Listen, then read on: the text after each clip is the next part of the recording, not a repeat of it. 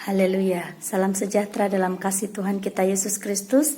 Selamat sore saya ucapkan bagi kita semua, kaum wanita yang dikasih Tuhan. Kembali kita bertemu untuk belajar tentang kebenaran firman Tuhan. Sebelum kita lebih jauh untuk belajar firman Tuhan, mari kita berdoa. Terima kasih Tuhan Yesus, kami bersyukur kepadamu. Kalau sore hari ini kami boleh ada sebagaimana ada, kami bersyukur atas segala berkat Tuhan. Dan kami akan belajar tentang firman-Mu, urapi kami semua. Sehingga setiap firman-Mu menjadi rema, menjadi kekuatan bagi kami. Terima kasih Tuhan, kami sudah berdoa mengucap syukur. Dalam nama Tuhan Yesus Kristus, haleluya, amin. Puji Tuhan, kaum wanita yang dikasih Tuhan, sore hari ini kita akan belajar kebenaran firman Tuhan tentang hati dan roh yang baru membuat hidup menjadi baru. Puji Tuhan, kita akan membaca firman Tuhan yang diambil dari kitab Yehezkiel, pasalnya yang ke-36, ayatnya yang ke-26 sampai yang ke-28. Sekali lagi kitab Yehezkiel 36 ayat 26 sampai 28. Demikian firman Tuhan.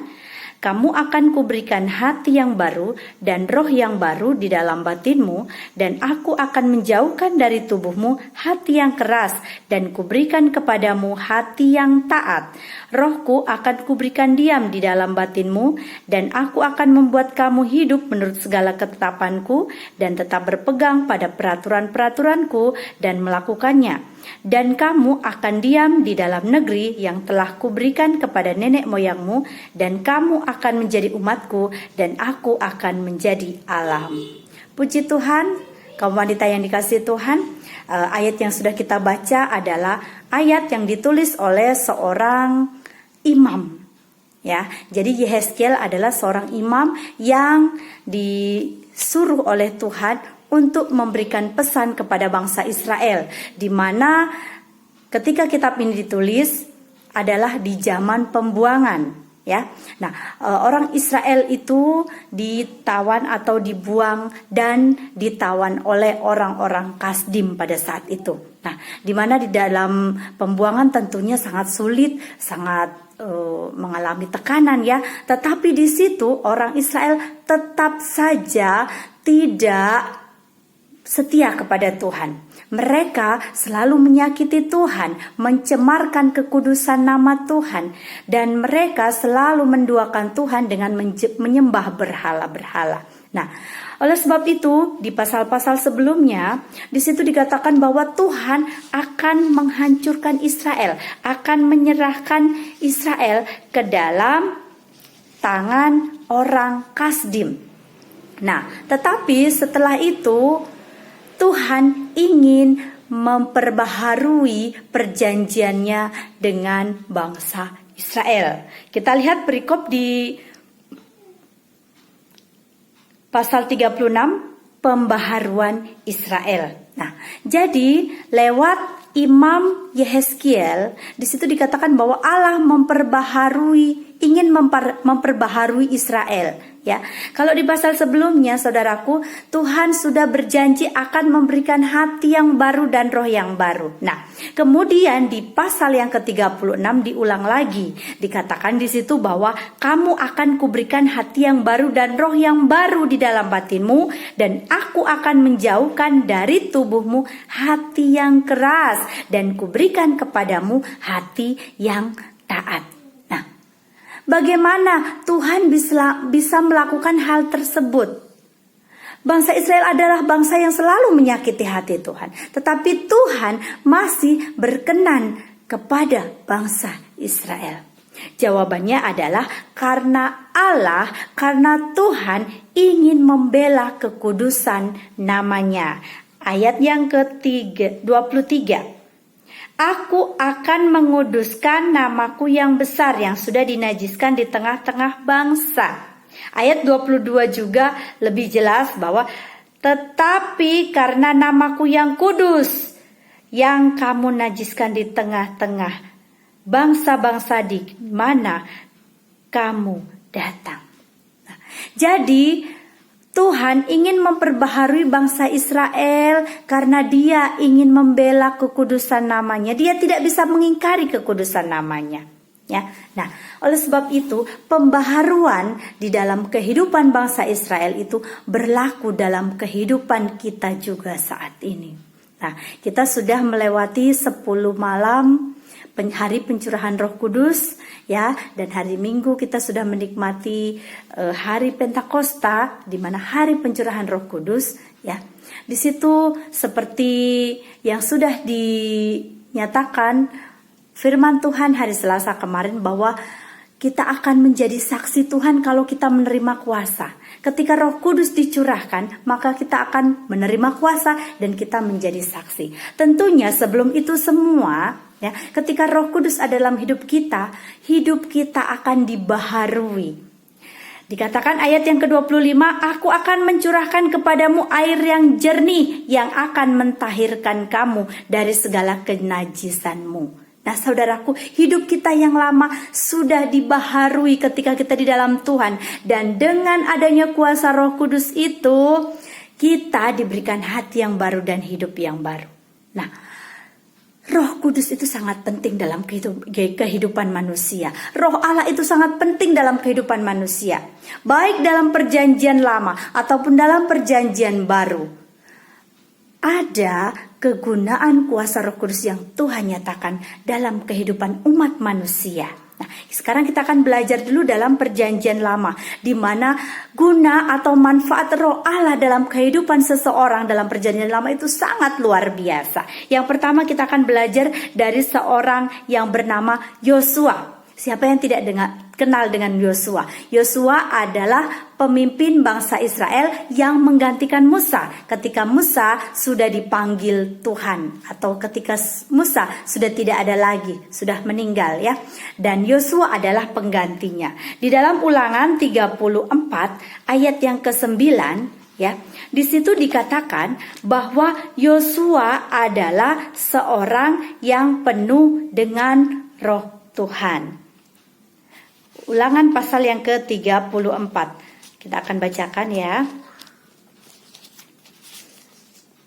Dan Yosua bin Nun penuh dengan roh kebijaksanaan, sebab Musa telah meletakkan tangannya ke atasnya. Sehingga bangsa Israel itu mendengarkan apapun yang dikatakan oleh Yosua.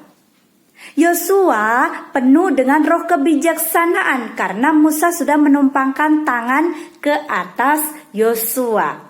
Nah, penumpangan tangan ini menunjukkan bahwa Allah berkenan kepada Yosua. Atau dengan kata lain, roh Tuhan, roh Allah ada dalam hidup Yosua, sehingga dia penuh roh kebijaksanaan untuk memimpin bangsa Israel. Dikatakan bangsa Israel mendengarkan setiap perkataan Yosua. Jadi ini pentingnya roh Tuhan ada pada diri seseorang. Yang kedua, Yusuf. Siapa yang tidak kenal dengan Yusuf? Yusuf adalah seorang pemuda yang sangat luar biasa. Pada waktu Raja Israel mempunyai sebuah mimpi dan tidak ada seorang pun yang bisa mengartikan mimpi daripada Raja Firaun, maka dipanggillah Yusuf yang sementara itu ada di dalam penjara untuk mengartikan mimpi daripada Firaun. Nah, dan ketika Yusuf sudah mengartikan mimpi, Raja Firaun berkata apa? Tidak pernah kudapati seorang pun yang penuh dengan roh Allah. Pengakuan daripada Firaun bahwa Yusuf adalah seorang yang penuh dengan roh Allah. Sehingga Firaun mempercayakan dia menjadi orang nomor 2 di Mesir pada saat itu. Dan Yusuf dipercayakan untuk melakukan segala sesuatu yang berkenaan dengan mimpi Firaun. Karena apa? Karena dalam mimpi Firaun akan terjadi 7 tahun kelaparan, sehingga bahan makanan ataupun makanan-makanan yang ada saat itu harus dikumpulkan dan akan diatur oleh Yusuf. Karena dia tahu Yusuf adalah orang yang penuh dengan roh Allah. Di situ dinyatakan bahwa Yusuf penuh dengan kebijaksanaan untuk mengatur persediaan makanan untuk 7 tahun kelaparan yang akan datang. Ya, nah ini gunanya Roh Allah dalam kehidupan Yusuf. Dan yang ketiga, kita belajar dari seorang yang bernama Bezalel. Ya, Bezalel adalah seorang yang juga dipenuhi dengan Roh Allah di dalam Keluaran pasal yang ke-31. Keluaran pasal 31 ayatnya yang kedua. Lihat, telah kutunjuk Bezalel bin Uri bin Hur dari suku Yehuda, dan telah kupenuhi dia dengan Roh Allah, dengan keahlian dan pengertian dan pengetahuan dalam segala macam pekerjaan. Nah, seorang yang bernama Bezalel dikatakan bahwa firman Tuhan datang dan Tuhan sendiri yang memenuhi dia dengan Roh Allah, dengan berbagai keahlian dalam segala pekerjaan. Pada saat itu, bangsa Israel akan membuat rumah Tuhan atau bait Allah, ya. Sehingga Bezalel ini dipakai oleh Tuhan dalam segala pekerjaan, diberikan pengertian, pengetahuan dan keahlian. Nah, jadi Roh Tuhan pada perjanjian lama itu sangat berguna, baik untuk Yosua, untuk Yusuf, dan untuk Bezalel. Nah, bagaimana dengan kehidupan kita di dalam perjanjian baru ini? Dengan adanya 10 malam, kuasa Roh Kudus dicurahkan, ya. Ibu Silvana hari Selasa kemarin juga sudah memberikan firman Tuhannya bahwa seseorang yang dipenuhi Roh Kudus, dia akan mempunyai kuasa dan dia akan menjadi saksi. Amin. Nah, dalam perjanjian baru ini, Roh Kudus sangatlah berguna dalam kehidupan manusia, dalam kehidupan kita. Seperti judul firman Tuhan, hati dan roh yang baru membuat hidup yang baru. Nah, Roh Kudus membuat hidup kita dibaharui dari sehari ke sehari. Nah, kita perlu tahu bahwa Roh Kudus itu adalah oknum Allah, Tritunggal Allah yang mengerjakan kebenaran dalam kehidupan kita. Dan juga dia selalu menyertai kehidupan kita. Kalau kita lihat di dalam Injil Yohanes pasal 14 ayat 16 sampai 17. Dan juga ayatnya yang ke-26. Di situ Roh Kudus memberikan damai sejahtera dalam kehidupan kita. Roh Kudus juga mengingatkan kita tentang firman Tuhan. Ketika kita mau melakukan pelanggaran atau melakukan hal-hal yang tidak berkenan di hadapan Tuhan. Roh Kudus yang mengingatkan, hey, jangan, itu tidak berkenan di hadapan Tuhan. Nah, dan juga Roh Kudus menjadi jaminan dalam kehidupan kita. Kalau kita lihat di dalam Efesus 1 pasal yang ke-14, Roh Kudus adalah jaminan bagian kita. Dan Roh Kudus juga tinggal dalam hidup kita, memenuhi hati kita, memenuhi hidup kita. Sesuai dengan 1 Korintus 3 ayat 16 dikatakan, tidak tahukah kamu bahwa tubuhmu adalah bait Allah? Dan juga dalam 1 Korintus 6 ayat 19 di situ dikatakan bahwa tidak tahukah kamu bahwa kamu adalah bait Roh Kudus dan Roh Kudus tinggal di dalam kamu? Nah, seseorang yang dipenuhi dengan kuat kuasa Roh Kudus, maka dia hidupnya akan selalu melakukan kebenaran-kebenaran Allah. Hidupnya akan menjadi manusia baru. Manusia baru adalah manusia yang meninggalkan kehidupan-kehidupan lama dan sekarang di dalam sifat, tingkah laku, perbuatan dan juga hal-hal yang baru. Ini gunanya kuasa Roh Kudus dalam hidup kita. Oleh sebab itu, apa yang harus kita lakukan sebagai umat-umat Tuhan sekarang ini? Roh Allah ada dalam hidup kita. Roh Allah itu menjadi jaminan dalam hidup kita. Sehingga kita sudah mendapatkan suatu jaminan hidup yang kekal. Tapi Roh Kudus itu harus terus kita pelihara. Karena apa? Roh Kudus itu bisa meninggalkan kita. Terus aktifkan Roh Kudus dalam hidup kita. Ada ayat di dalam Efesus ya, di pasalnya yang keempat ayat 30, di situ dikatakan bahwa janganlah mendukakan Roh Kudus. Kita baca ya. Efesus 4. Efesus pasal 4 ayat yang ke-30. Perikopnya manusia baru. Kita baca ayatnya yang ke-30. Dan janganlah kamu mendukakan Roh Kudus Allah yang telah memeteraikan kamu menjelang hari penyelamatan. Ternyata Roh Kudus itu adalah oknum yang memeteraikan hidup kita. Kita dimeteraikan oleh Roh Kudus di akhir zaman ini menjelang hari penyelamatan. Sehingga apa? Sehingga ketika nanti Tuhan Yesus datang kali yang kedua, kita dapat disingkirkan bersama-sama dengan Tuhan. Dan kita diterbangkan dengan sayap burung nasar. Nah, saudaraku yang dikasihi Tuhan, janganlah mendukakan Roh Kudus. Mendukakan Roh Kudus tidak ada pengampunan sama sekali. Orang yang menghujat nama Tuhan Yesus, yang mencela nama Tuhan Yesus masih ada pengampunan. Tetapi barang siapa mendukakan Roh Kudus, apalagi menghujat Roh Kudus Allah, tidak ada lagi pengampunan. Oleh sebab itu, kaum wanita yang dikasihi Tuhan, mari kita terus-menerus hidup di dalam hidup yang baru, di dalam manusia baru, hati yang baru, roh yang baru di dalam Tuhan, sehingga hidup kita menjadi saksi Tuhan. Karena apa? Perbuatan-perbuatan kita adalah hidup manusia baru. Tidak lagi hidup dalam kegelapan, tidak lagi hidup dalam hal-hal yang tidak berkenan di hadapan Tuhan.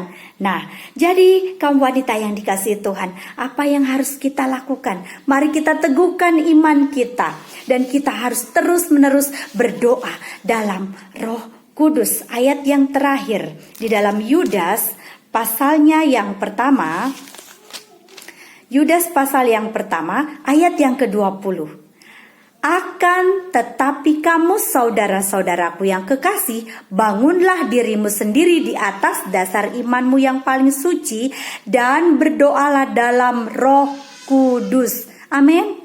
Jadi saudaraku, bukan 10 malam sudah berhenti dan kita tidak lagi berdoa dalam Roh Kudus, tetapi harus terus-menerus. Roh Kudus itu tinggal dalam hidup kita, tinggal dalam hati kita. Hidup kita seperti bait suci Allah, dan Dia tinggal dalam hidup kita. Terus aktifkan itu, sehingga hidup kita menjadi saksi Tuhan. Nama Tuhan dipuji, dipermuliakan, karena Roh Allah ada dalam hidup kita. Oleh sebab itu, saudaraku yang dikasihi Tuhan, mari hidup kita jadikan hidup yang berarti, hidup yang menjadi saksi, hidup dengan hati roh yang baru, sehingga hidup kita yang baru mempermuliakan nama Tuhan.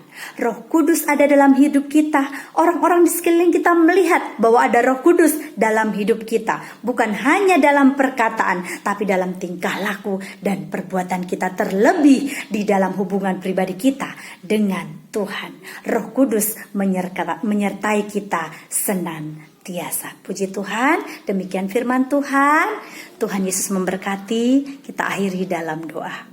Syukur kami naikkan kepadamu ya Tuhan, kalau pada sore hari ini kami boleh bersyukur atas segala kebaikan kemurahan Tuhan. Firman Tuhan sudah selesai disampaikan, tapi kami percaya Roh Kudus terus mengingatkan kami akan kebenaran firman Tuhan, akan sikap tingkah laku kami sehari-hari, sehingga namamu dipuji dan dipermuliakan. Terima kasih Tuhan, kami sudah berdoa mengucap syukur dalam nama Tuhan Yesus Kristus. Haleluya, amin.